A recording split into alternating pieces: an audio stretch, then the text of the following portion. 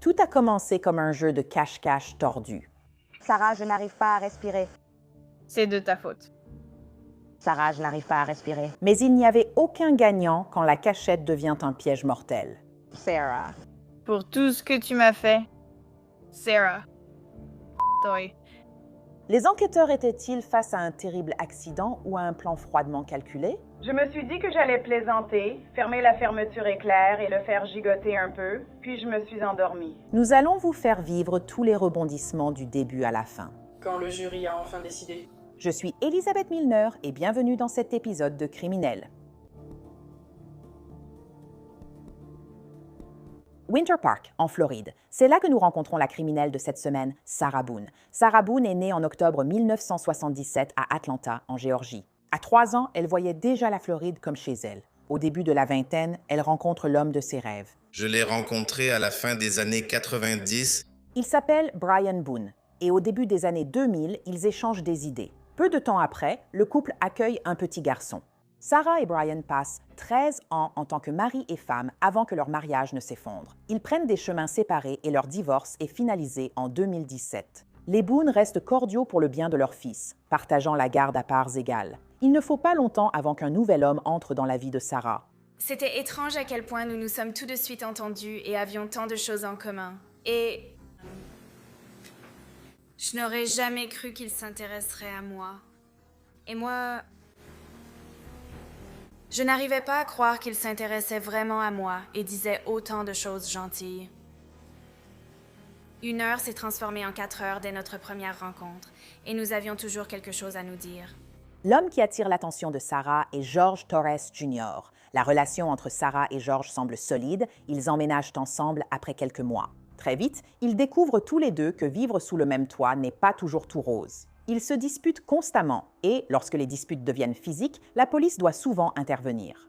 À la fin du mois de février 2020, l'appartement partagé de Sarah et George devient le théâtre d'un crime horrible. Tout commence à cause d'un jeu d'enfance. Le 24 février 2020, Sarah et George décident de passer une soirée tranquille à la maison. Ils boivent du vin, font un puzzle et peignent. Au fil de la soirée, ils décident de jouer à cache-cache. Sarah se cache à l'étage, dans la douche, mais George ne vient jamais la chercher. Quand elle redescend pour voir ce qui se passe, elle voit que George a trouvé sa propre cachette dans une valise. Sarah trouve cela hilarant. Alors, elle sort son téléphone et commence à le filmer.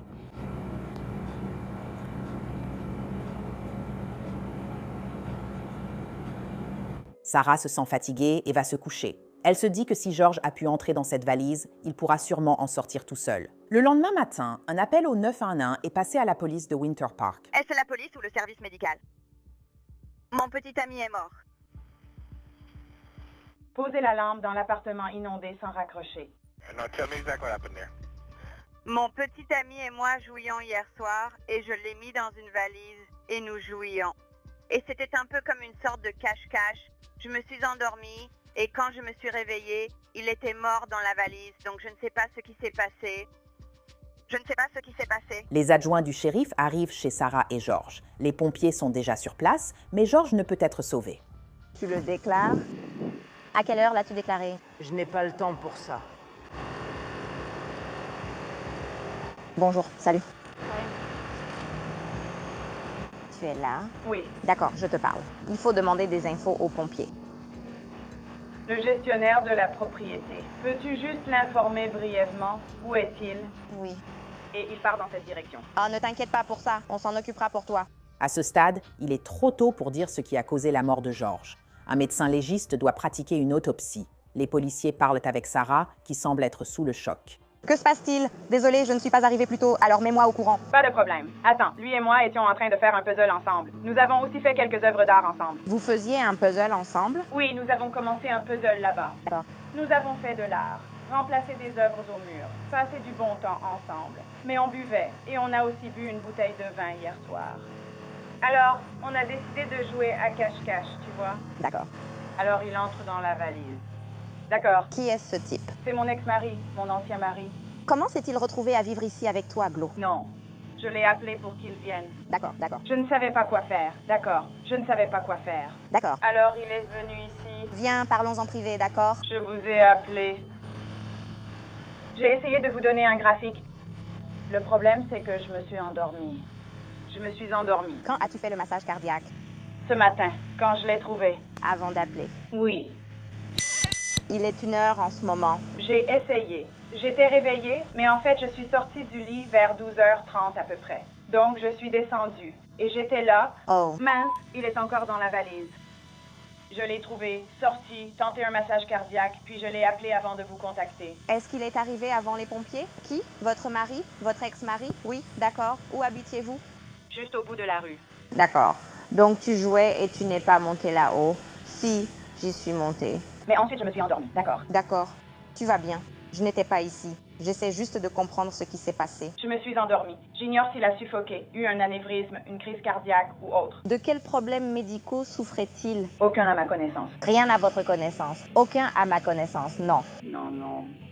Tout ce qu'on avait, c'était une bouteille de vin. Littéralement, juste une bouteille de vin. D'accord. Nous faisions des puzzles, puis avons joué à cache-cache. C'est tout ce qui s'est passé. Combien de temps avez-vous pratiqué la RCP avant d'appeler le 911? Vous avez essayé toute la matinée? Oui, d'accord. Et je l'ai appelé pendant que je... Était probablement en train de m'effondrer. Ici, laissez-moi combler ce vide, d'accord? S'il te plaît, épouse mon Dr Pepper. Je suis tellement en train de décrocher. L'addition, s'il vous plaît, allons-y. Il est sur le comptoir. Quelque chose de la maison. Prends soin de toi. Je veux que tu t'assoies parce que je ne veux pas que tu t'évanouisses. C'est probablement beaucoup pour toi à gérer. Peut-être que j'ai un peu d'eau. Je peux t'apporter de l'eau, d'accord? Je veux juste que tu ne restes pas debout parce que je ne veux pas que tu t'évanouisses. Trouve de l'eau pour moi. Sarah est sous le choc. Son ex-mari Brian, présent après avoir tenté de la contacter pour leur fils, parle aux policiers. J'ai commencé à appeler vers 11h30, j'ai appelé toutes les demi-heures, toutes les heures à peu près. Et puis j'ai finalement réussi à la joindre à 12h49. Il m'a expliqué la situation et demandé de venir, alors je suis venu. Elle l'a attrapé. 12h45. Ouais, d'accord, 12h49. 12h49. Je suis arrivé et lui ai dit d'appeler le 911 qu'il fallait que quelqu'un vienne. Ensuite, elle a simplement dit qu'elle devait sortir prendre un verre et fumer. Je suis ressorti de la maison parce que je ne... Qui a appelé? C'est toi qui as appelé ou c'est elle? Eh bien, c'est moi qui ai appelé. Elle m'a rappelé quand j'étais en route pour s'assurer que je venais bien. Je l'ai appelé. D'accord, donc elle a appelé. Tu viens ici. Je l'ai appelé en premier. D'accord.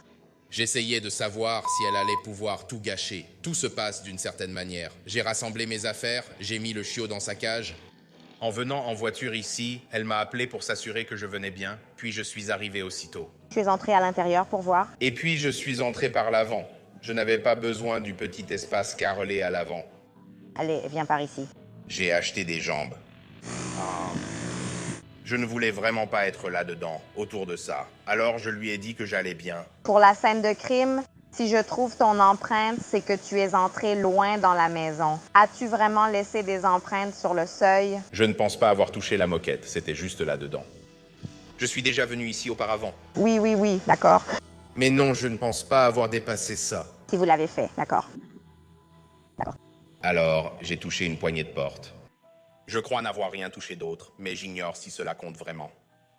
D'accord, donc c'est à peu près tout ce que vous avez. Nous sommes assez serrés pour nous. Nous allons passer quelques coups de fil et ensuite nous aviserons. Faites-moi savoir s'il a des problèmes médicaux ou autres.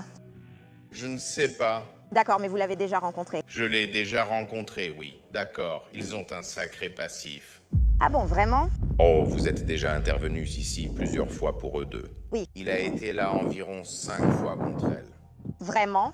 D'accord, je ne le connais pas. Je n'ai pas été ici personnellement. Ce n'est pas le cas. Il est en liberté conditionnelle à cause de cela. Violence conjugale à son encontre. Oui. D'accord. Oui, la dernière fois, il a eu un nouveau procès ou similaire. Il a dû suivre un stage sur les violences conjugales. Je sais qu'il le faisait auprès d'un agent de probation. Des trucs comme ça. Mais à chaque arrestation, elle tentait de le faire libérer sous caution le lendemain. Sarah affirme que George était vivant quand elle s'est couchée. Raconte-le-moi encore une fois. Vous jouiez hier soir. Vous buviez une bouteille de vin.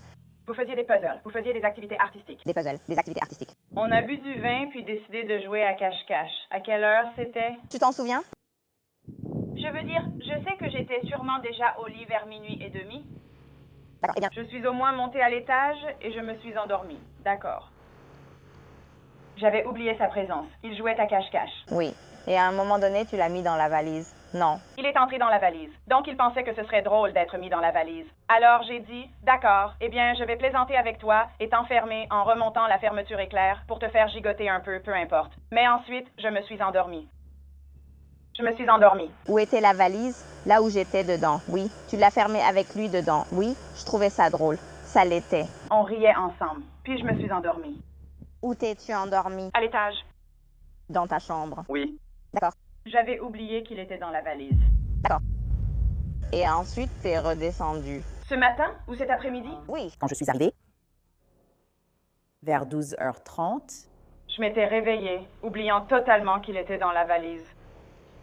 Il peut vous dire qu'il y a beaucoup de choses que moi, enfin nous, avons et faisons comme travail. Oui, il me l'a dit, la vie. Tout ça? Alors, j'ai tout de suite commencé à lui faire un massage cardiaque. Oui. Oui. Ce matin, j'ai commencé à faire ce massage cardiaque. Non. C'était l'après-midi.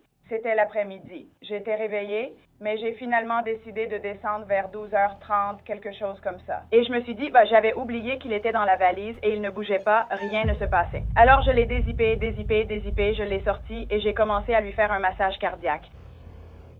Il était en route pour venir ici. Je t'ai appelé quand il est arrivé. Une fois qu'il est arrivé ici, ton père, oui. D'accord. De l'air s'échappait et il gargouillait, mais... Je pouvais juste voir en le regardant. Que tu savais faire le massage cardiaque. Tu le faisais toute seule? Oui. D'accord. J'étais au téléphone avec lui et je comptais avec lui pendant que je le faisais. Il n'a pas d'antécédents médicaux et ne prend aucun médicament. Je ne sais pas. Enfin, je ne sais pas médicalement parlant. Genre, quoi? Je sais qu'il ne prend absolument aucun médicament. D'accord. La seule chose, comme je l'ai dit, je ne sais pas si l'alcool a eu quelque chose à voir avec ça. Nous avons bu une bouteille de vin. Sarah sait clairement à quel point cela paraît grave. Elle commence à s'inquiéter de la réaction de la famille de George. J'ai peur pour ma vie. Je veux que tu le saches. J'ai peur. Sa famille. N'ont jamais aimé moi. Je suis la diablesse bleue et blanche. C'est comme ça qu'ils m'appellent. Donc, ils ne m'ont jamais aimé. Ils ne m'ont jamais accepté. Ils ne m'ont jamais accueilli. C'est comme ça. As-tu appelé l'un d'eux? Nous avons parlé à ses filles hier. Non, je veux dire à propos de ça. Oh non. D'accord.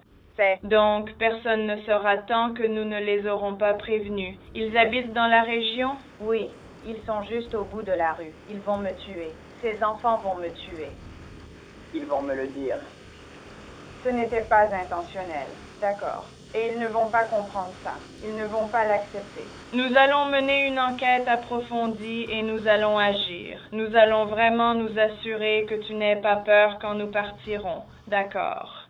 Tout de suite, les enquêteurs remarquent que les preuves ne correspondent pas exactement à l'histoire de Sarah. Lorsque le rapport d'autopsie de George arrive, il est clair qu'elle a beaucoup de choses à expliquer. Elle accepte une audition formelle avec la police. Le médecin nous a informés de certaines blessures qu'il avait. Alors je me demande... Donc, il a des marques de griffures dans le dos. Je sais d'où ça vient, d'accord. Et ça s'appelle une contusion. Tu sais ce qu'est une contusion? Donc, en gros, tu te fais frapper et puis, tu sais, tu as une marque à cause de ça. Tu vas avoir un bleu. Par exemple, quelqu'un t'a frappé ou quelque chose comme ça. Ça s'appelle une contusion. Donc, il avait des blessures à l'épaule gauche. Il avait une coupure près de la lèvre. On pouvait voir que sa bouche était un peu... Je ne l'ai pas touché. D'accord.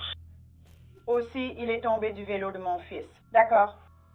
Donc, je ne sais pas. Et il est connu pour se cogner contre le mur ou le porte-manteau du couloir. C'est pour ça. D'accord. Et pour les égratignures?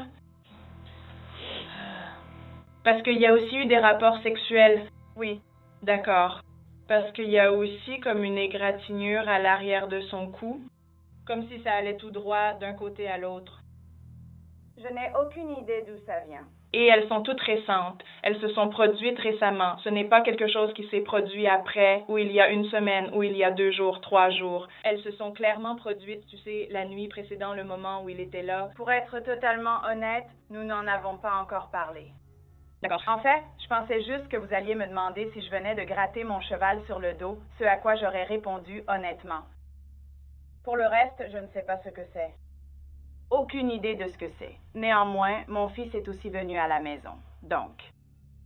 Eh bien, ton fils était là quand? Quand est-ce qu'il est venu pour la dernière fois? Oh mon Dieu! Sauf erreur, il était là mardi dernier. Enfin, je ne sais pas si c'était mardi. Mais oui, il était là la semaine dernière. Donc. Eh bien, on parle de dimanche. On parle juste de ce qui s'est passé dimanche. Parce que, comme je l'ai dit, les blessures datent de cette période. Donc, vous parlez d'avant-hier? Dans la nuit de dimanche à lundi. Vous nous avez appelé hier à 1h, mais l'incident, c'était la veille au soir, quand vous peignez et tout ça. C'est exact. Donc, nous parlons de dimanche. Et pourquoi complètement confuse, alors? Parce qu'on a passé un bon moment assise sur la véranda à boire du vin et à fumer quelques cigarettes, puis on a décidé de rentrer à l'intérieur et littéralement de peindre, de faire des puzzles, de jouer et d'écouter de la musique. C'est pour ça que personne n'a perdu son sang-froid. C'est ça qui me sidère. Franchement, je ne comprends pas. Je n'ai aucune idée. Personne n'a levé la main sur qui que ce soit. Il avait aussi... genre, sur le côté gauche de son front, il avait en gros des ecchymoses. Et sur genre, sa tête et son crâne... Je n'en ai aucune idée. Comme si quelque chose l'avait frappé. Je ne considère pas, car je ne l'ai pas touché. Je ne l'ai pas touché. Sarah coopère pleinement avec l'enquête. Elle accepte les prélèvements ADN et remet même son téléphone. Mais ce que les enquêteurs découvrent dans sa galerie de photos les laisse sans voix.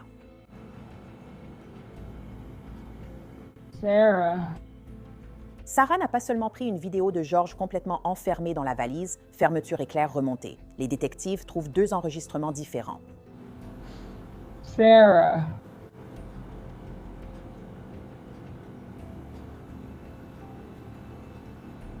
Pour tout ce que tu m'as fait. Sarah.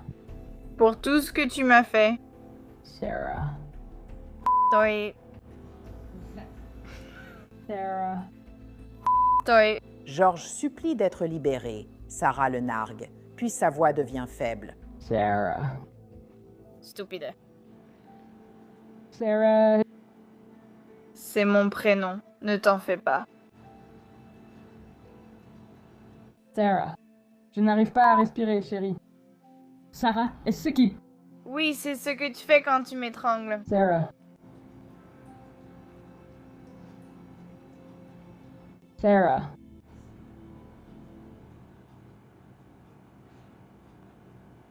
Sarah.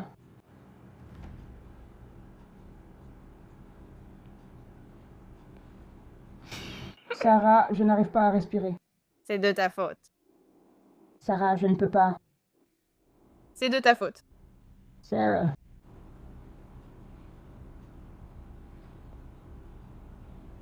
Vrai parmi certains. Tu devrais peut-être l'applaudir pour ça, en plus. C'est bien d'avoir ça. Sarah. Sois vraiment présente, Sarah.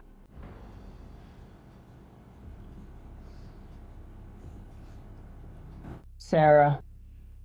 Je n'arrive pas à respirer. Chérie, hein? C'est ce que je ressens quand tu me trompes. Sarah. Toi. Oui. Confrontée aux preuves, Sarah semble bien se rendre compte à quel point la situation est accablante. Je ne voulais pas que ça arrive. J'en suis malade. Je n'ai jamais rien fait de tel auparavant. Je suis malade. Avec ça, je pensais ne pas pouvoir dormir la nuit dernière. Je ne sais pas. Eh bien... Voilà le truc. Tu nous as dit hier soir, tu t'en souviens bien, qu'il riait, tu riais. Tu l'as mis dans la valise. 2 doigts dépassent, tu vas te coucher. Maintenant, on voit quelque chose de différent. Et en fait, on te voit contrarié et encore utiliser des termes péjoratifs envers lui alors qu'il te supplie de le laisser sortir de cette valise. Donc, on suppose... Nous ne supposons pas cela. Donc, il se trouve que chaque fois que je filmais ou que je faisais autre chose, il se trouvait simplement que cela n'y figurait pas. Okay. Et dans la vidéo aussi, on ne voit aucun trou. La fermeture éclair ne se sépare jamais. Il n'y a donc pas de trou visible. S'il y en avait un, il appuierait dessus en te suppliant de le laisser sortir. On devrait probablement voir ce trou. il aurait réussi à sortir. Alcool. Selon vos dires, il aurait pu sortir. Mais la vidéo montre qu'il essaie de sortir et supplie sans succès. C'est ce qu'on essaie de comprendre. Je ne sais pas, vous aviez peut-être trop bu, vous l'avez complètement fermé, puis voilà. Je ne l'ai pas complètement fermé. Eh bien, Je ne l'ai pas complètement fermé. C'est horrible, d'accord? Horrible. C'est terrible, horrible. Je ne pense pas que j'irai jamais bien à cause de ça. Jamais bien. En plus de tout le reste que j'ai dans ma vie personnellement. Et puis ça, quelqu'un que j'aimais. Ce n'était pas intentionnel. Je mettrai ma main sur la Bible. Ce n'était pas intentionnel. Je ne ferai pas ça à lui ni à qui que ce soit d'autre. Les enquêteurs restent sceptiques. Elle n'est pas aussi innocente qu'elle le prétend. Comment peux-tu dire ne pas être allé te coucher exprès alors que tu es monté et t'es mis au lit? C'est justement ça, aller se coucher volontairement. Je l'attendais. Il ne vient pas, mais tu ne redescends pas voir comment il va. Alors il se trouve que je finis par m'endormir. Quand je dis m'endormir, Qu'est-ce que tu fais normalement quand tu vas te coucher? qu'est-ce que tu veux dire? À quoi sert un lit? Aller dormir. C'est ça. Donc tu vas te coucher. Évidemment, tu peux aussi voir que genre... Je sais. D'accord. Tu n'arrêtais pas de nous dire « Hé, je n'étais pas ivre, je n'étais ni ceci ni cela ». Être saoul, enfin alcoolisé, ce qui... Oui, on peut voir que j'avais bu, mais... Donc, si tu n'étais pas ivre, pourquoi aurais-tu laissé quelqu'un dans une valise alors qu'il suppliait de sortir et disait qu'il ne pouvait pas respirer? Si je ne l'étais pas, si je n'avais pas bu, tu penses vraiment que ça aurait été pareil? Du genre, vas-y, entre, je vais aller dormir, je ne l'ai pas tué. Tu l'as laissé là pour lui donner une leçon. Je ne voulais pas le laisser là. C'est ce que j'essaie de te dire. Tu t'es levé et parti. En quoi ce n'était pas le laisser là intentionnellement? Parce que je regarde le trou en sachant qu'il est là. Il pourra sortir. sans problème. Alors il n'en sort pas. Mais toi, tu ne... Va pas vérifier comment il va. Tu dis être debout depuis 30 minutes et il ne monte pas. Tu ne descends pas voir comment il va? Je suis dans le lit. Tu bouges même. Tu bouges, tu admets avoir déplacé la valise un peu plus loin. Tu la fais rouler, ce n'est pas pareil. Ce n'était pas mon intention. Ne le fais pas. Je ne voulais pas qu'il soit à l'envers. Comment on se retrouve à l'envers? D'accord. Vous me tuez. Pourquoi vous ne l'avez pas laissé sortir? C'est une question simple. Pour être honnête avec vous, je veux dire... N'est-ce pas qu'on le punit? Non. Eh bien... C'est ce que tu dis dans la vidéo. Voilà ce que tu as obtenu. Voilà ce que tu... Me fais ressentir. Tu vois, et puis tout s'est retourné contre moi. Genre, tout s'est retourné contre moi. Et je comprends la gravité de tout ça. C'est horrible, je sais. D'accord. C'est horrible. Je vous le dis tout de suite à toutes les deux. Je ne boirai plus jamais d'alcool. Je ne boirai plus jamais d'alcool. Peu importe sous quelle forme ou de quelle manière. Mais revenons à ça. Quelle était la raison de le laisser alors qu'il suppliait qu'on le laisse sortir? Je ne comprends pas ça. J'ai l'impression que c'est encore une question de chronologie. Vous êtes tous. Je ne demande pas une chronologie. La chronologie, je m'en fiche. Dans le sac, il disait... Je pourrais. Tu dis... Oui. Donc, genre, pendant les quelques minutes entières où il était là-dedans, genre... Ouais, minimum 11 Mais oui, vas-y. pour ressentir. 11 heures. Minimum. Une vidéo. Eh bien, entre ces deux vidéos... Oui. Alors... Quoi? Ben, c'est quoi la question déjà? Quand il supplie pour sa vie, dit qu'il ne peut pas respirer, laisse-moi sortir, et tu demandes pourquoi tu ne le laisses pas sortir, que veux-tu lui prouver?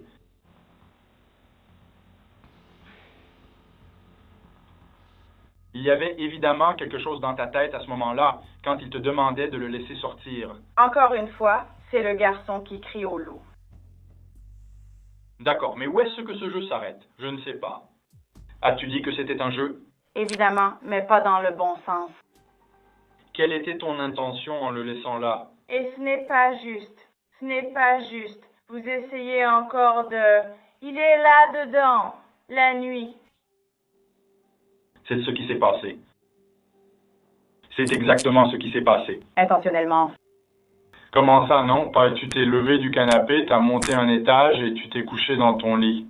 En pensant qu'il allait sortir. Il n'est pas sorti et tu n'es toujours pas descendu et... Toute cette histoire de 30 minutes que vous essayez de faire, peu importe. Pour autant que je sache, ça a pu durer 10 minutes. Il ne peut pas respirer. Je ne sais pas ce que tu veux que je te dise. Les murs se referment sur Sarah. Après avoir examiné toutes les preuves, les enquêteurs n'ont plus d'autre choix. D'accord, fais-moi une faveur, lève-toi. Tourne-toi face au mur, main derrière le dos. As-tu quelque chose dans tes poches que je devrais savoir? Non. D'accord. Pourquoi cela arrive-t-il? Parce que George est mort. Pas intentionnellement. Nous comprenons cela. Elle est quand même morte. Eh bien, Nous n'avons pas. Quelqu'un peut appeler Ryan, s'il vous plaît. Ou bien je ne peux pas passer un appel? Vous pourrez passer un appel téléphonique quand on vous emmènera au centre de détention. Donc c'était un piège. J'ai été piégé. Je suis venu ici pour te demander d'expliquer certaines choses du passé. Et tu avais été informé de tes droits. Ta réponse a tout été... En gros, je ne l'ai pas fait. Intentionnellement. D'accord, c'est tout. Ce n'est pas important, tu l'as fait. Sarah est arrêtée et inculpée de meurtre au second degré, une accusation passible de la prison à vie dans l'État de Floride. Pourquoi va-t-elle continuer? Elle plaide non coupable, puis son affaire fait la une mondiale. Les vidéos qu'elle a filmées de George dans la valise deviennent virales et elle est surnommée la tueuse à la valise. Des années passeront avant que l'affaire n'arrive devant un jury. C'est en partie parce que Sarah n'arrive pas à garder un avocat. Certains avocats se retirent, invoquant des différends irréconciliables, d'autres se retirent en raison d'un conflit d'intérêts. Lors d'une audience en septembre 2023, l'avocat commis d'office Frank Bankowitz, qui était le 6e avocat, dit au juge qu'il est fatigué des abus verbaux de Sarah. Monsieur le juge, les lettres qui vous ont été adressées, les critiques désobligeantes concernant mes services dans cette affaire, je ne peux pas la représenter efficacement. Elle ne me fait pas confiance. Elle me traite de raté, je crois, de bouffon, encore et encore. Et personne ne devrait avoir à endurer ce genre de commentaires désobligeants et s'attendre à pouvoir représenter efficacement quelqu'un, surtout dans une affaire de meurtre. La juge réprimande Sarah, qui est presque à court d'options. Mais il y a une chose sur laquelle je veux vous mettre en garde. Si cela devient un problème avec un autre avocat commis d'office, je vais examiner de plus près quels sont les différents allégués. Vous avez droit à un avocat commis d'office. Il y a certaines décisions qu'un prévenu a le droit de prendre dans la défense de son affaire qui lui appartiennent absolument, comme décider d'aller au procès ou non, ou de témoigner ou non. Mais il y a beaucoup de décisions dans une affaire que l'avocat prend lui-même. Et même si vous avez bien sûr le droit de consulter votre avocat et d'en discuter avec lui, il ne fait pas automatiquement tout ce que vous lui demandez. Ils utilisent leur jugement professionnel et leur expérience, examinent les preuves, analysent la loi et font de leur mieux. Mais les déboires de Sarah avec sa défense continuent pendant plus d'1 an. Alors elle commence à prendre les choses en main. Elle écrit un certain nombre de longues lettres à une personne en particulier, le juge Michael Krajnik, le nouveau juge chargé de son affaire de meurtre. Dans une lettre manuscrite de 58 pages datée du 7 juin 2024, Sarah Boone se plaint sans cesse de la façon dont elle estime être maltraitée par le système judiciaire. Pourquoi ne puis-je pas faire valoir mes droits constitutionnels? Suis-je la seule à m'inquiéter des violations? Pourquoi ne puis-je pas obtenir une caution ni accéder à tous mes dossiers médicaux? Pourquoi ne puis-je pas avoir toutes mes preuves numériques et éléments de l'enquête, récupérer tous mes documents, notes, lettres, photos, bref, tout ce qui m'appartient et que mes anciens avocats doivent me rendre ou parler à mon enquêtrice? Pourquoi n'ai-je aucune de mes listes de témoins? Pourquoi ne suis-je pas traitée équitablement, dans le respect de la loi et protégée par le système judiciaire?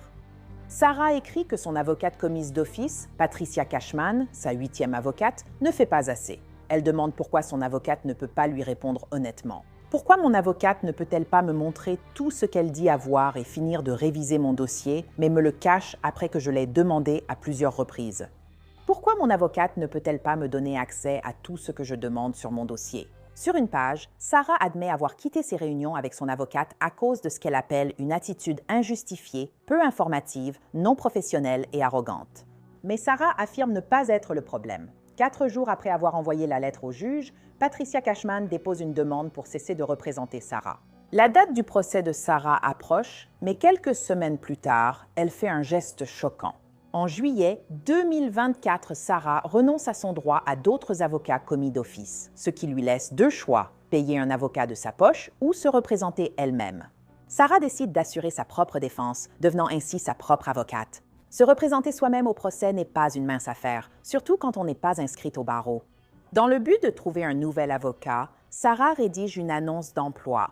L'annonce dit « Détenu cherche avocat, à la recherche d'un défi prospère, prêt pour votre gros plan à la télévision nationale. Êtes-vous passionné avec une touche de kin? Montrez au monde qui vous êtes avec votre créativité originale, votre expertise extraordinaire, votre ingéniosité assurée. » Sarah a aussi une liste de qualités recherchées chez son avocate, comme être digne de confiance, honnête, passionnée, ouverte d'esprit, exceptionnelle, avoir des compétences en résolution de problèmes, inclure la cliente à tout moment, avoir l'esprit d'équipe, collaborer, être extrêmement efficace dans l'écoute, la communication, la compréhension, être dévouée à la réussite, posséder un état d'esprit de gagnante, garder la foi en la cliente et en l'affaire, avoir la capacité de penser différemment et de surmonter toutes les circonstances. Elle termine l'annonce en qualifiant l'opportunité, je cite, « d'épique », avant d'écrire, je cite, « investissez dans les opprimés, croyez ». Son annonce reste sans réponse, mais le temps continue de s'écouler. Son procès approche. Et en août 2024, elle dépose une requête de la défense, encore une fois en son propre nom, demandant au juge de rejeter son affaire. Sarah affirme que son droit constitutionnel à être jugée dans un délai raisonnable a été violé. Dans sa requête, elle écrit, je cite, « L'État de Floride n'a pas rempli les conditions requises ni démontré de motifs valables pour les retards. » Ineffective, alors qu'elle voulait sûrement dire ineffective. Les avocats commis d'office, de qualité inférieure, auraient dû faire cette demande plus tôt, prouvant ce fait. Le juge rejette la demande de rejet de l'affaire, mais elle obtient tout de même quelques victoires. Je trouve que ce n'est pas juste que, premièrement, vous vouliez que je me représente moi-même, et deuxièmement, que vous souhaitiez vraiment que je me représente seule. Alors que je suis menottée, il m'est impossible de participer activement et progressivement comme les autres, ne serait-ce qu'en pouvant simplement prendre des notes. À un moment donné, je suis sûre que j'apporterai des choses avec moi au tribunal dont j'aurai besoin, que je devrai attraper, ouvrir ou passer. Des fonctions normales du corps, au même niveau d'égalité que n'importe qui dans la salle d'audience, afin que je puisse faire la même chose et fonctionner de manière juste et appropriée. Je ne sais pas si c'est un conseil juridique ou non, mais lors d'un procès, pouvez-vous me dire si nos prévenus sont entravés? Ou bien est-ce inutile de m'en préoccuper puisqu'ils ne sont même pas entravés? En général, madame, les prévenus portent des entraves aux jambes que, comme l'ont déjà signalé les adjoints, l'adjoint Lowe et Blowton ont identifiées. Leurs chaînes sont enveloppées pour être étouffées, afin qu'elles ne teignent pas, ne fassent pas de bruit ou ne produisent aucun son. Attention, si les panneaux de confidentialité situés devant la table de la défense empêchent le jury de voir cela. Leurs mains sont libres, mais leurs jambes sont entravées. Merci. Oui, j'aimerais vraiment qu'on m'enlève les menottes, simplement pour pouvoir prendre des notes et fonctionner normalement et équitablement, juste pour les audiences et ainsi de suite, dont beaucoup sont prévues à l'avenir. Et puis, lorsque le procès aura lieu, que ce soit au procès ou lors des audiences, j'attends avec impatience qu'on me retire ces menottes dès que possible. Quoi qu'il en soit, et peu importe ce que je dois faire, c'est juste pour qu'on me les enlève au moins. Peu de temps après, Sarah apprend qu'une personne est prête à la représenter, l'avocat de la défense en Floride, James Owens. Le problème, c'est qu'il a très peu de temps pour se préparer. Le juge rejette la demande de report de la défense. Son procès pour meurtre n'est plus qu'à quelques semaines. Lors d'une audience en septembre 2024, l'avocat de Sarah met toutes les cartes sur la table. Le public découvrira pour la première fois la stratégie de défense lors du procès, le syndrome de la femme battue. Ils ont poursuivi la victime dans cette affaire. George Torres, au moins 3 fois. Je pense qu'il y en a plutôt 4 ou 5 fois. Mais ils ont ouvert un dossier. Ils l'ont poursuivi ici, dans ce comté, pour coups et blessures. Et violation des conditions de sa remise en liberté sous caution concernant l'obligation de rester éloigné de Sarah Boone, ainsi que coups et blessures sur Sarah Boone. Ils étaient, s'il y en avait, bien conscients qu'il y avait un problème potentiel du caractère habituel des violences que M. Torres infligeait à ma cliente. De plus, ma cliente a exprimé lors de l'interrogatoire que je sais que le tribunal n'a pas vu. S'il vous plaît, regardez la vidéo. S'il vous plaît, regardez mon téléphone. S'il vous plaît, regardez la vidéo. S'il vous plaît, regardez les photos. J'ai besoin de mon téléphone pour vous montrer qu'il s'en prend à moi. Cela a été ignoré. Ils avaient toutes ces preuves. Ils connaissaient tous les antécédents de maltraitance que Sarah Boone a subi de la part de M. Torres. J'ai fait de mon mieux, monsieur le juge. Je l'ai déposé. Il me fallait un expert. J'ai expliqué en général qu'elle avait subi des abus psychologiques et physiques répétés de M. Torres sur une longue période menant à cet événement. Le ministère public s'oppose à cette théorie. Cependant, le juge autorise la défense à la présenter lors du procès. En octobre 2024, le temps est écoulé. Plus de 4 ans après la mort de George, la sélection des jurés commence pour le procès très médiatisé de Sarah pour meurtre. Le groupe se réduit à 8 femmes et 6 hommes. Seuls 6 décideront du sort de Sarah Boone. Les déclarations liminaires commencent dans une salle d'audience bondée en Floride. Il y a une conversation entre le frère de M. Torres et encore... On ignore qui utilisait ces téléphones au moment où les textos figurant dans ces relevés que vous allez voir ont été envoyés. Mais il est indiqué qu'il y a une communication entre l'un des frères du défunt et le propriétaire du téléphone qui a été pris et qui appartient à Mademoiselle Boone. Le texto du frère dit « Yo, ma fille m'a dit ce que tu as fait, Sarah. Je ne veux pas que tu sois près d'aucune de mes filles, nièces ou neveux. » Et ça, c'était à Noël 2019, un peu moins de 2 mois avant cet événement. Elle répond, ou la personne qui utilise son appareil à ce moment-là, « Pfff, ton soi-disant père m'a frappé au visage. » Le message suivant est « Cache-cache, je vais le faire. » Ils sont restés ensemble plus de 3 ans. Et il y a eu plusieurs incidents antérieurs. Pas de fête. Nous avons les photos. Il y a eu des incidents où la police a été appelée et a pris des photos. Donc, vous allez pouvoir voir les preuves. Et nous pensons que le tribunal vous donnera des instructions à la fin, lorsque vous examinerez la légitime défense, que nous appelons recours justifié à une force non létale ou à une force létale, que vous pouvez prendre en compte les actes antérieurs, l'historique de violence, les difficultés précédentes que les parties ont rencontrées en tenant compte de la situation à laquelle elle était confrontée lorsqu'elle a pris la décision d'utiliser une force raisonnable dans ces circonstances. Comme dans toute affaire pénale, l'accusation a la charge de la preuve. Et dans cette affaire précise, elle doit prouver l'intention. Sarah a-t-elle délibérément laissé George dans la valise? Les premiers témoins de l'accusation ont établi la relation entre Sarah et George. Le frère de George, Juan, témoigne au sujet de leur dernière conversation. Qu'est-ce qu'elle criait? Quelque chose à propos d'étranglement ou de comment il l'a étranglée. Je ne sais vraiment pas. C'est à peu près tout, moi, c'était ça. Environ combien de temps a duré cette conversation que vous avez eue? Peut-être 10 minutes, je crois que c'était ça. Comment la conversation s'est-elle terminée? Parce qu'elle criait en arrière-plan. On a juste... c'est tout. On a juste... Est-ce qu'elle avait l'air contrariée? Elle avait l'air contrariée. As-tu parlé à ton frère après cette conversation? Non, c'était notre dernière conversation. Des voisins comme Vincent Battaglia ont dit au jury que George et Sarah se disputaient sans arrêt, mais un moment l'a particulièrement marqué. Est-ce que Sarah Boone est déjà venue vous parler à propos des choses que vous entendiez venant de leur appartement? Oui. Et vous souvenez-vous... combien de temps avant? La date à laquelle la police a appelé pour dire que cela s'était produit? Quelques mois, probablement 4 ou 5 mois avant cela. Donc 4 ou 5 mois avant février 2020? Oui.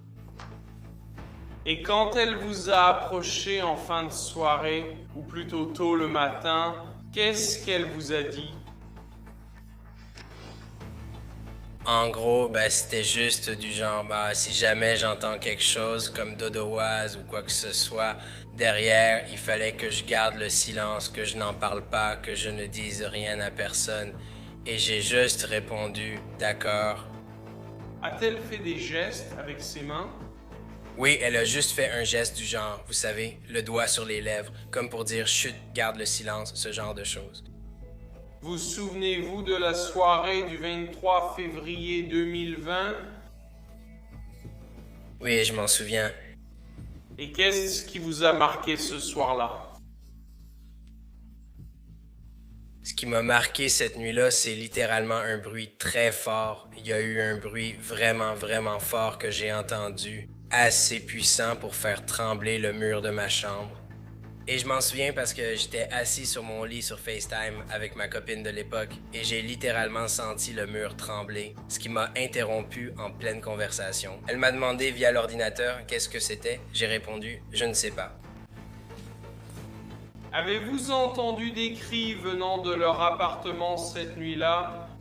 Avant ça, oui, c'était juste des disputes, ce genre de choses. Quelle est la dernière chose que vous avez entendue? La dernière chose que j'ai entendue, c'était comme un bruit fort et juste un peu de bruit de frottement, et c'est à peu près tout. Après ça, c'est juste devenu silencieux. Un témoin clé de l'accusation se trouve être quelqu'un de très proche de Sarah, son ex-mari, Brian Boone. Et quand vous avez finalement réussi à la joindre, qu'est-ce qu'elle vous a dit au téléphone? Que George était mort et si je pouvais venir. A-t-elle dit ce qui lui est arrivé? Je ne me souviens plus si elle me l'a dit au téléphone ou quand je suis arrivé, mais elle m'a dit qu'il jouait à cache-cache et qu'elle s'était endormie. Qu'est-ce que tu lui as conseillé de faire? Je lui ai dit qu'elle devait appeler le 911 et que je viendrais dès que possible. Et cela, c'était lors de votre premier appel téléphonique ici, vers 12h30, le 24 février. Oui. Est-ce qu'elle vous a rappelé pendant que vous étiez en route vers son domicile? Oui, elle a appelé pour vérifier si je venais toujours chez elle. Et lorsque vous lui avez parlé pendant que vous étiez en route, qu'est-ce que vous lui avez conseillé, le cas échéant? Je lui ai dit qu'elle devait appeler le 911 et que j'étais en route, mais qu'elle devait faire venir quelqu'un chez elle. Racontez-nous ce qu'elle vous a dit en arrivant. Elle m'a dit que, George était mort. Et encore une fois, je ne me souviens plus si elle me l'a dit à ce moment-là ou avant, qu'il jouait à cache-cache et qu'elle s'est endormie. Mais à ce moment-là, je lui ai encore dit qu'elle devait appeler le 911 pour que quelqu'un vienne là-bas. Avait-elle déjà appelé le 911 alors? Non, elle ne l'avait pas fait. Vous lui avez donc conseillé 3 fois d'appeler le 911? Oui. Au troisième jour du procès, la défense prend la main. Tout le monde attend de voir si Sarah témoignera pour se défendre. L'accusation a terminé. La défense va présenter sa version. Maître Owens, vous pouvez appeler votre premier témoin. La défense s'appelle Sarah Boone. Sarah, d'une voix douce, détaille chaque aspect de sa vie, de son enfance à sa rencontre avec Brian, puis plus tard avec George. Est-ce que tu aimais George? Oui, encore aujourd'hui. Pourquoi l'aimais-tu? George était très passionné. George était une personne très authentique. George était gentil avec moi les bons jours. George me faisait des compliments. George et moi étions 2 corps avec une seule âme, comme nous le disions toujours. Je ne crois pas avoir jamais eu de lien avec qui que ce soit comme celle que j'ai avec George. Nous savons maintenant que la défense invoque la légitime défense. Selon Sarah, plusieurs cas de violence physique ont eu lieu. George a-t-il causé ces blessures? Oui. Est-ce que vous buviez tous les deux à ce moment-là? Je ne me souviens pas de cette dispute. Monsieur le juge, j'aimerais soumettre cette pièce à conviction. Ce qui était marqué comme P est admis en preuve sans objection comme pièce de la défense numéro 2. Mademoiselle Blue Death? Oui. Ces blessures étaient-elles à votre bras? Oui. Ont-elles été causées par George Torres? Oui. Vous êtes aussi impliqué dans cet incident. Est-ce bien vous? Oui. Est-ce une blessure ou un bleu sur votre cage thoracique, Eric? Oui. Au bras? Oui.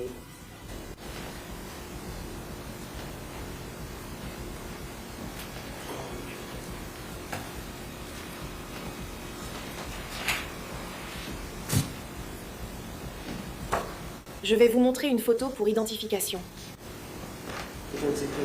Q, voyez si vous reconnaissez cette photographie. Oui. Est-ce que c'est votre cuisse? Oui. D'accord. Vous souvenez-vous de cet incident? Oui. Pouvez-vous dire au jury ce qui s'est passé? Je voulais promener mes chiens et descendre du porche arrière. Vous buviez tous les deux? Oui. Et... il était contrarié que je préfère aller promener mes chiens plutôt que de rester là à continuer à boire. Alors il m'a frappé à la cuisse aussi fort qu'il le pouvait et a dit « Tu ne vas nulle part ». Et c'était une bonne claque sur ma cuisse. Est-ce que c'est une description juste et précise de la blessure que vous avez subie lorsque George Torres vous a frappé à la cuisse? Oui. Lorsqu'on l'interroge sur la nuit du 23 février 2020, elle raconte une histoire différente de celle qu'elle avait racontée des années auparavant. Elle reconnaît l'avoir enfermé dans la valise et fermé la fermeture éclair. Dites-nous ce qui s'est passé. J'ai juste un peu refermé la fermeture éclair sur lui. On trouvait ça drôle et on plaisantait sur le fait qu'il était assez petit pour tenir dans la valise. D'accord. Alors qu'est-ce qui s'est passé ensuite? À partir de là, on riait juste à ce sujet et...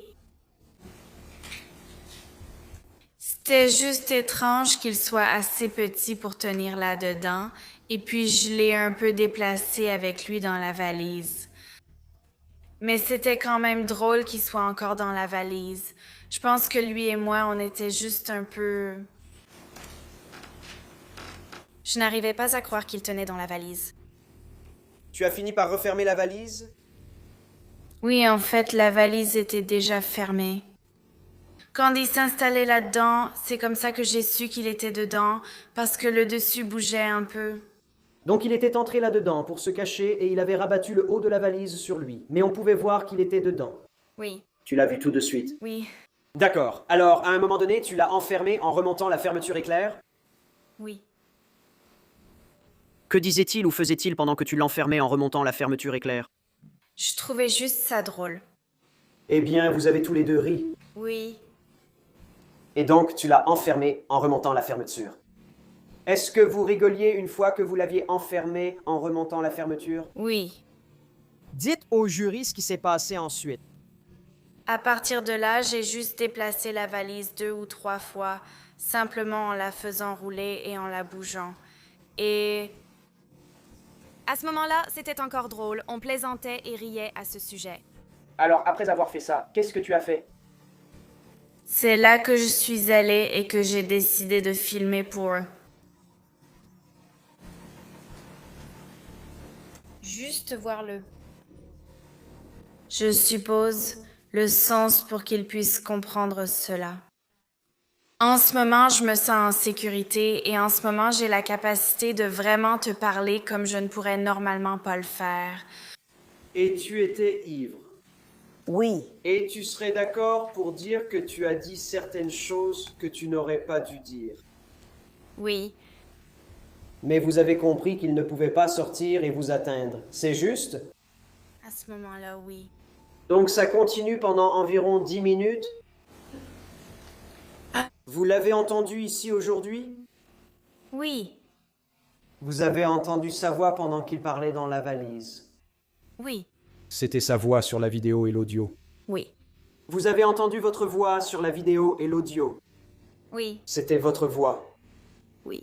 Toutes ces choses dites par l'homme ont été dites par George dans cette vidéo de 2 minutes. Correct. Tous les mots prononcés par la femme dans cette vidéo de 2 minutes ont été dits par vous. Correct.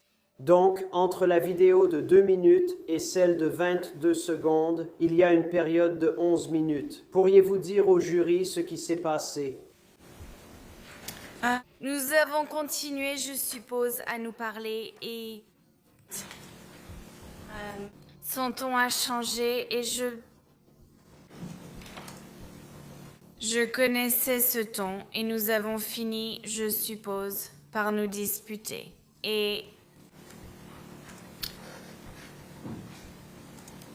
les choses qu'il disait m'ont vraiment fait très peur. Il m'insultait et me menaçait.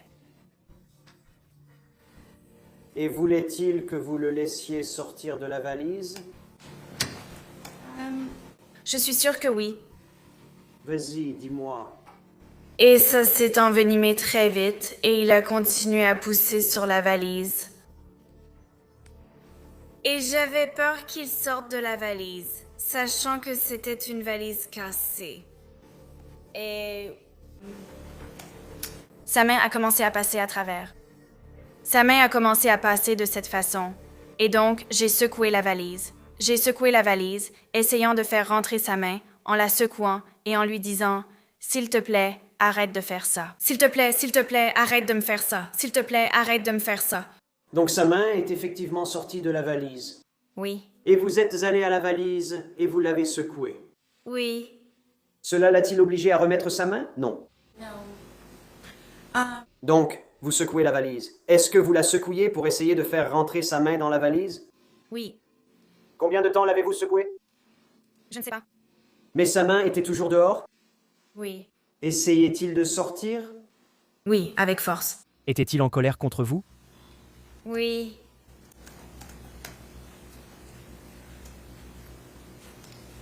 Aviez-vous peur? Toujours. S'il était sorti de la valise, qu'est-ce qu'il t'aurait fait? Comme il me le disait, il m'aurait probablement rendu méconnaissable ou j'aurais perdu la vie. De nombreux avocats recommandent à leurs clients de ne pas témoigner car ils risquent un contre-interrogatoire difficile. Dans un moment dramatique au tribunal, l'accusation présente une pièce à conviction cruciale, la valise même qui est au centre de toute cette affaire. Montrez-nous. Est-ce que je parle de la façon dont je l'ai fermée ou... Une fois la fermeture éclair fermée et qu'il est dedans, où sont les éléments de la fermeture éclair?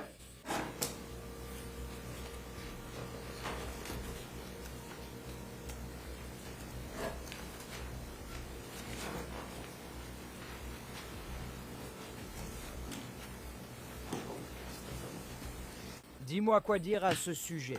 Je veux dire, c'était le coin. Je veux dire, c'est le coin ouvert. Je veux dire... N'est pas le cas.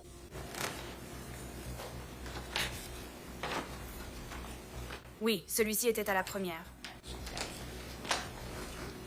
D'après ce dont je me souviens. C'est comme ça qu'il arrivait, avec la main qui sortait. C'était comme ça, par le coin. D'accord. Merci. Vous pouvez reprendre votre place.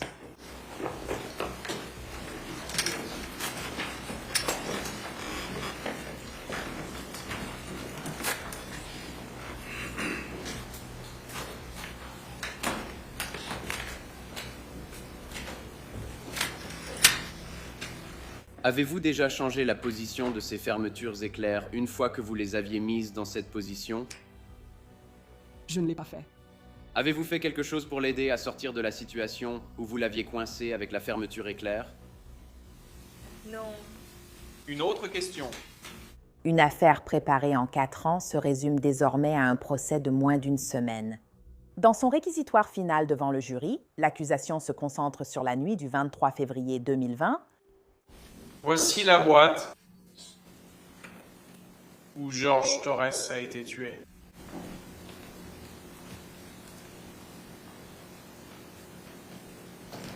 C'est une petite boîte. 28 par 20 par 8 pouces et 7/8. George Torres a été enfermé dans cette boîte. George Torres a pris ses dernières inspirations dans la panique dans cette boîte. Le médecin légiste nous a expliqué. À chaque respiration, George Torres inspirait. Il y avait de moins en moins d'oxygène dans cette boîte. La défense se concentre toutefois sur la relation de 3 ans entre George et Sarah. George Torres avait des antécédents de violence envers Sarah, et par conséquent, les actes de Sarah Boone étaient le résultat de la peur conditionnée par les abus qu'il avait subis au fil du temps. Les effets cumulatifs d'un abus à long terme font que le comportement que nous avons vu chez elle dans la vidéo de 2 minutes avec la valise est une réponse traumatique. Sarah Boone a agi par instinct de préservation. Bien que tragique, cela n'était pas motivé par la malveillance, mais par un esprit ravagé par les abus. Et je vais vous demander d'essayer de comprendre. Essayez de comprendre. Sarah Boone, brisée émotionnellement et psychologiquement. Ses actions étaient peut-être des tentatives maladroites de survie, mais pas un meurtre. Sa réaction était née de la conviction d'un danger imminent. C'est quelqu'un qui souffre des effets psychologiques à long terme des violences conjugales. La question est maintenant, qui le jury va-t-il croire? En moins de 90 minutes, les jurés reviennent avec leur verdict. Lorsque le jury déclare l'accusé coupable de meurtre au second degré, comme indiqué dans l'acte d'accusation. Pour la famille de George Torres, le verdict du jury marque la fin d'un chapitre douloureux, mais ce n'est pas encore terminé. 1 mois après sa condamnation, la défense dépose une requête pour un nouveau procès, invoquant plusieurs préoccupations. Faute professionnelle du procureur, témoignages d'experts inappropriés et refus d'un avocat commis d'office. Le juge rejette la requête. Sarah doit maintenant retourner une dernière fois au tribunal pour entendre sa sentence et affronter la famille de George, qui, pendant des années, a entendu parler de la tueuse à la valise. Selon eux, l'affaire a toujours concerné Sarah, jamais la victime. La mère de George, Blanca, parle à travers ses larmes en se souvenant de son fils tel qu'il était, un père, un oncle et un frère. Je veux juste dire à Sarah Boone que je ne la déteste pas pour ce qu'elle a fait. Et je me souviens toujours de ce soir-là quand cette dame est venue à ma porte et elle a frappé à la porte. Elle a demandé mon nom, j'ai répondu. Je lui dis mon nom. Et puis elle a dit « Est-ce que je peux entrer ?» J'ai dit « D'accord, oui. » Et elle m'a dit de m'asseoir. Je n'ai jamais pensé que ça allait être mon fils.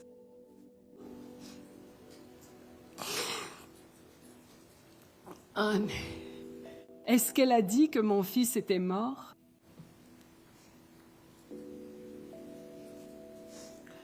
Depuis ce jour-là, je ne peux pas dormir.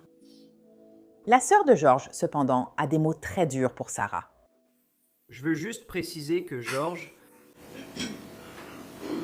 mérite justice. En ce qui concerne mon autre frère, et Sarah méritait de pourrir en prison.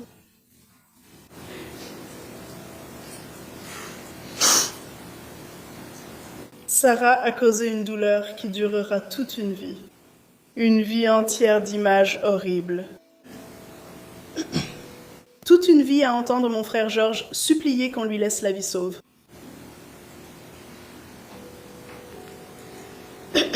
Pour vous tous, ce n'est qu'un moment. Pour moi et ma famille, c'est figé.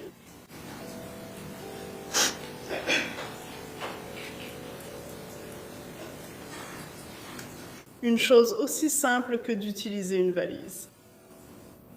Ça ravive tellement le traumatisme. J'essaie de ne pas la refermer complètement. Je laisse au moins 5 ou 6 centimètres pour ça en elle. Et suis-je si folle que ça? Mais ça m'aide tout simplement. Elle a vraiment bouleversé la vie de ma famille. Et j'espère vraiment que nous pourrons obtenir justice pour mon frère. Lors du prononcé de la peine, la défense fait témoigner les amis et l'âme sœur de Sarah pour décrire une femme imparfaite et blessée, mais non meurtrière. Elle aide tout le monde. Elle est toujours là, je ne sais pas, elle m'a beaucoup aidée. Et elle venait me voir, elle me parlait tout le temps et me remontait le moral quand j'allais mal ou si je ne comprenais pas quelque chose. Elle est juste gentille, je ne sais pas. Elle a été une bonne personne pour moi. Elle a juste fait des erreurs, ça arrive. Elle a toujours aidé. Elle a toujours aidé les gens. Elle aidait tout le monde dans le dortoir. Elle aimait même son art. Elle en faisait. Si quelqu'un avait besoin d'aide ou de quoi que ce soit, il venait la voir et elle les aidait. Même si, vous savez, il lui avait fait du tort, elle revenait quand même les aider, louer Dieu avec eux et prier sur eux et tout ça. Au moment où Sarah a compris l'ampleur de mes problèmes de santé, elle a immédiatement proposé, avec insistance, de me donner un rein. Je dois te dire ça. J'espère qu'elle ne m'en voudra pas, mais elle n'a montré aucune hésitation et ne se souciait ni du risque ni d'un bénéfice personnel. Je veux transmettre ceci, partout dans le monde. Le simple fait de proposer est déjà un acte bon et héroïque. J'ai eu beaucoup d'amis. Je n'ai eu personne, à part mon frère, qui m'ait proposé un rein. C'est énorme. Sarah profite de sa dernière chance de s'exprimer avant que le juge n'annonce son sort, utilisant chaque minute. Kintsukuroi est un type de céramique japonaise, ce qui signifie réparer avec de l'or. Dans cette tradition, lorsqu'une pièce en céramique se casse, un artisan recolle les morceaux ensemble en utilisant de l'or liquide ou une laque à la poussière d'or. Ainsi, au lieu d'être cachées, les fissures deviennent plus visibles et une nouvelle œuvre d'art éclatante émerge de la brisure. Elle accueille les défauts, la faiblesse et les imperfections et enseigne aussi l'essence de la résilience. Chaque fissure dans une pièce en céramique fait partie de son histoire et chaque pièce devient plus belle parce qu'elle a été brisée. C'est la sagesse de Kento Tsukuroi. Dans ma sagesse et avec toutes mes réparations, passées, présentes et en cours, Dieu est, a été et sera toujours mon artisan. Tout mon or, c'est le pardon. C'est cela qui m'a permis de tenir, de briller encore plus fort et de surmonter les dégâts causés par George Torres, la famille Torres, le système judiciaire, le département des services correctionnels du comté d'Orange, les réseaux sociaux, les détectives véreux, l'infamie, la diffamation, les violations continues de mes droits constitutionnels, le meurtre au second degré et le fait d'avoir été forcée à me défendre seule. Tout comme l'or est très précieux, le pardon n'a pas de prix. Mon objectif commence avec George Torres. Et chaque fois qu'il m'a giflé, donné des coups de pied, frappé, craché dessus, violé, poignardé, étranglé, s'est moqué de moi, poussé, tiré, traîné, fouetté, fait trébucher, volé, menti, terrorisé, menacé, humilié, forcé, rabaissé, fait pleurer. Chaque fois qu'il a tenté de me détruire ou de m'anéantir. Je pardonne à George de m'avoir battu jusqu'à l'évanouissement et empêché de dormir alors que je devais travailler ou accompagner mon fils le lendemain. Pour avoir détruit les objets de famille, les traditions et les souvenirs de ma famille décédée, les meubles de mon fils et la télévision que nous regardions ensemble. Pour avoir saccagé notre maison de ville en brisant fenêtres, trouant murs et portes, se jetant contre les portes vitrées, défonçant plusieurs fois ma porte d'entrée et arrière. Pour avoir brisé ou retiré toutes les serrures et parfois les poignées, m'empêchant de me sentir en sécurité, même dans la chambre de mon fils où il m'a battu jusqu'au sang sur son lit. Pour avoir menacé mes chiens aveugles et sourds en laissant ouvert le portail prévu pour les protéger et en me disant qu'il espérait que je retrouverais leur corps gonflé dans l'étang ou que je raclerais leurs restes sur la chaussée. Pour les avoir expulsés du lit et jetés à l'autre bout de la pièce parce qu'ils essayaient de me protéger. Je pardonne à George d'avoir menti, d'avoir essayé tant de fois, de tant de façons, d'en finir avec moi avec son amour terrifiant.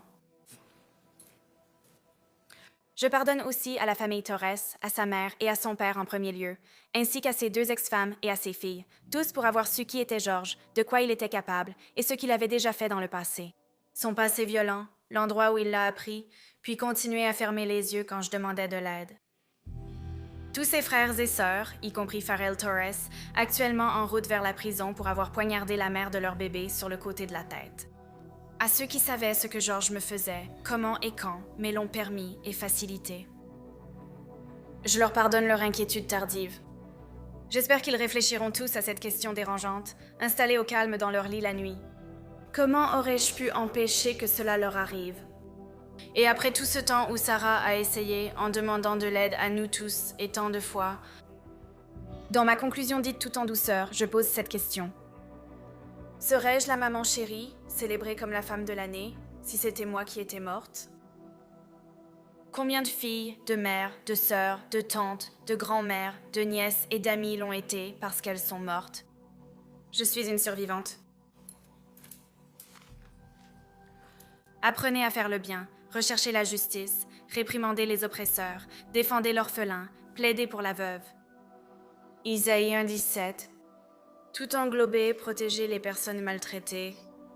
Sarah parle sans interruption pendant 20 minutes et ses derniers mots au tribunal sont adressés à la famille de George.